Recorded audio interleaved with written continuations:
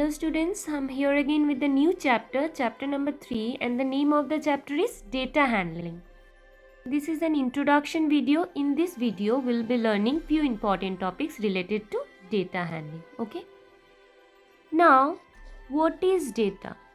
Data is a collection of information which is given in number form. Okay.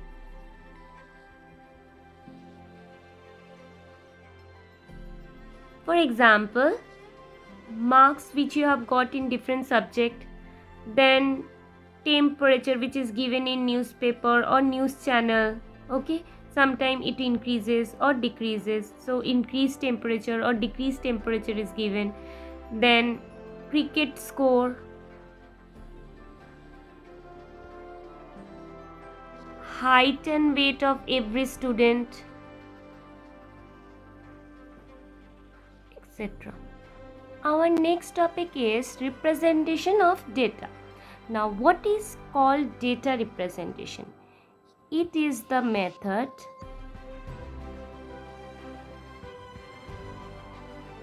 of representing information in terms of pictures, symbols, graphs or numbers.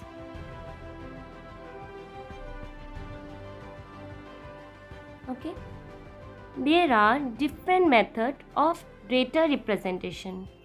Here we'll be learning table form and bar graph. Now here we will be learning frequency distribution table. Okay. Using tally marks. For example, you are asked to collect data for size of shoes in your class. Okay, you will have to prepare frequency distribution table using tally marks. For this, we will have to make a table. In the first column will be shoe size.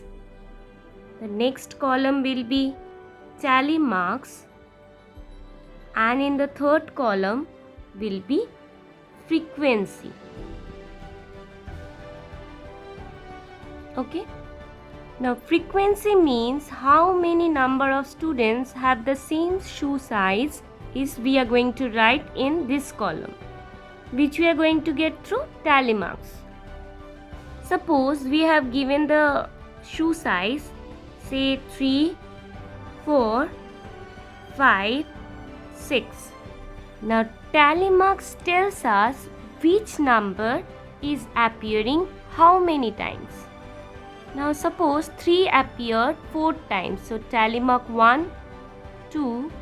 In front of 3, we will have to mark like this. So, 1, 2, 3, 4. Okay. Now, suppose shoe size 4 appeared 2 times. So, it's 1, 2. Okay. Now, 5 appeared suppose 6 times. So, 1, 2, 3, 4, and 5th tally marks will come like this. Okay, so it is easier to understand that this represents 5. Okay, and since 5 appeared 6 times, so one more tally mark is required. Okay, so 1, 2, 3, 4, 5, and this means 6. Okay, now suppose 6 appeared 7 times, so 1, 2, 3, 4, 5. So this represents 5 and 2 more. Okay. So this slanting tally marks represent 5. It's a bundle of 5. So it is easier to understand if there is more tally marks. Okay. Now in frequency column, we are going to write the number. So here 1, 2, 3, 4. Tally marks 4 means we will have to write the number 4 here. Then here we have 2, so we'll write the number 2. Now this is a group of 5 and there is 1 extra, so it means it's 6. Okay. Now again here is a group of 5 and then there is 2 extra, so it represents 7. Okay, so this way we will have to make frequency distribution table. Okay, now coming to bar graph. Now bar graph may be horizontal or vertical. Now let's look at the data chart of flowers collected. We have represented this data using pictograph. Now another way of representing data is through bar graph. Every bar graph has one title which tells us what is the bar graph is about. Both sides and the bottom have labels which tells us what kind of data is shown. Now third is scale. Tells us the number each block is equal to. Now let's see how to read the bar graph. At the bottom we have the name of the girls who collected the flowers. Now here, now scale represent how many flowers are collected by them.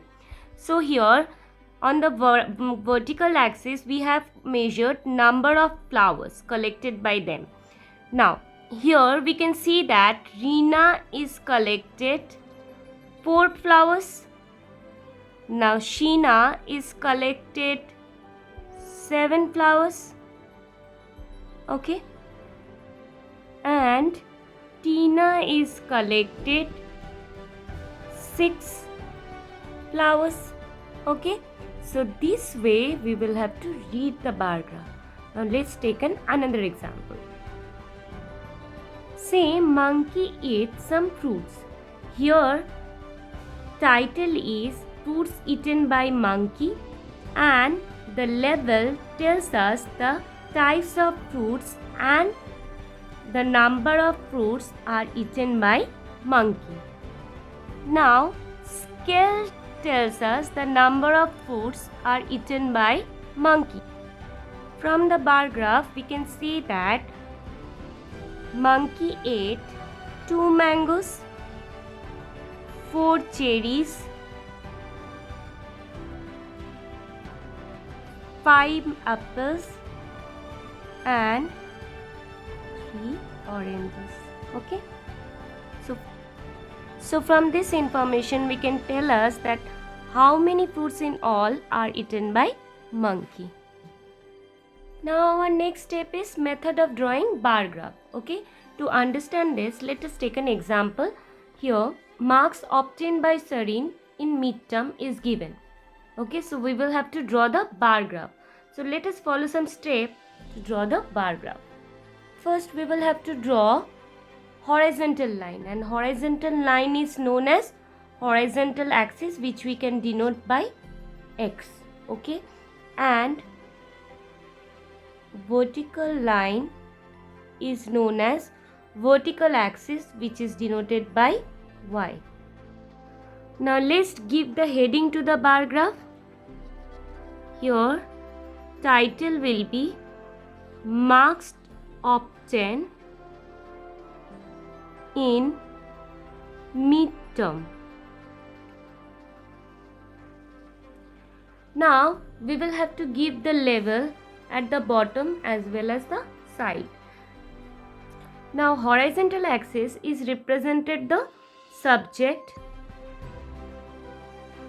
and Y axis is represented marks. Okay,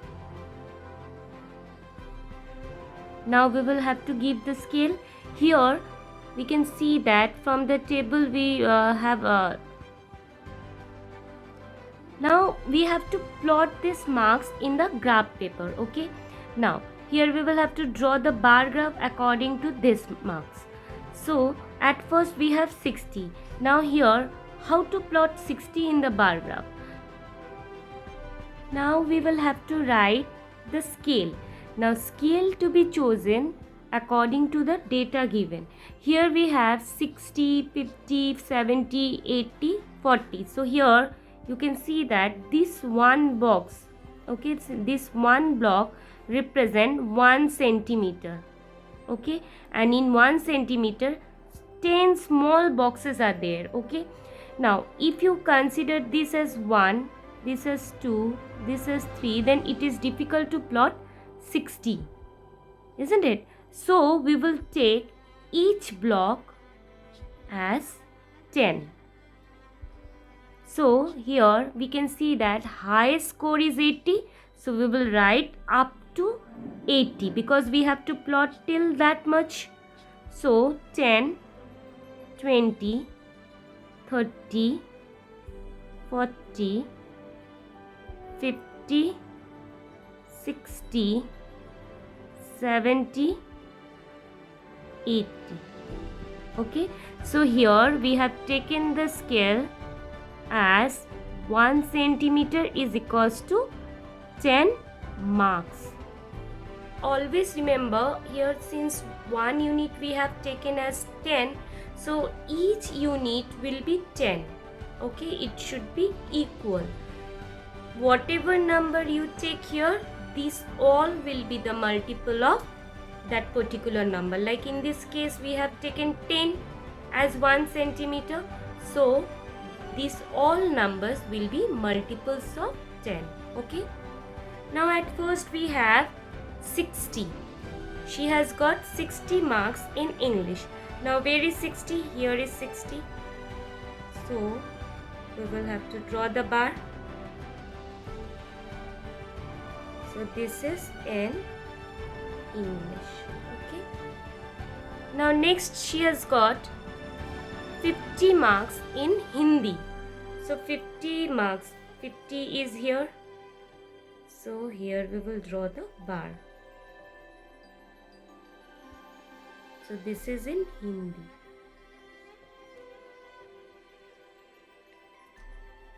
Now she got 70 marks in SST.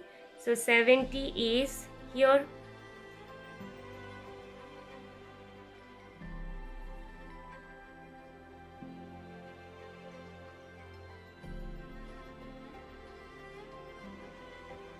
Okay, next she has got 80 in maths. So 80 is here.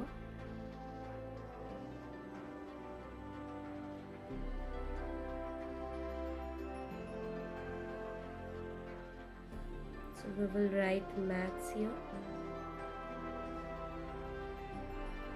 And science she has got 40. So 40 is here.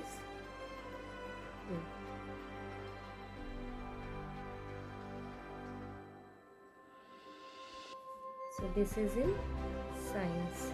Okay, now always remember, keep uniform distance between the bars.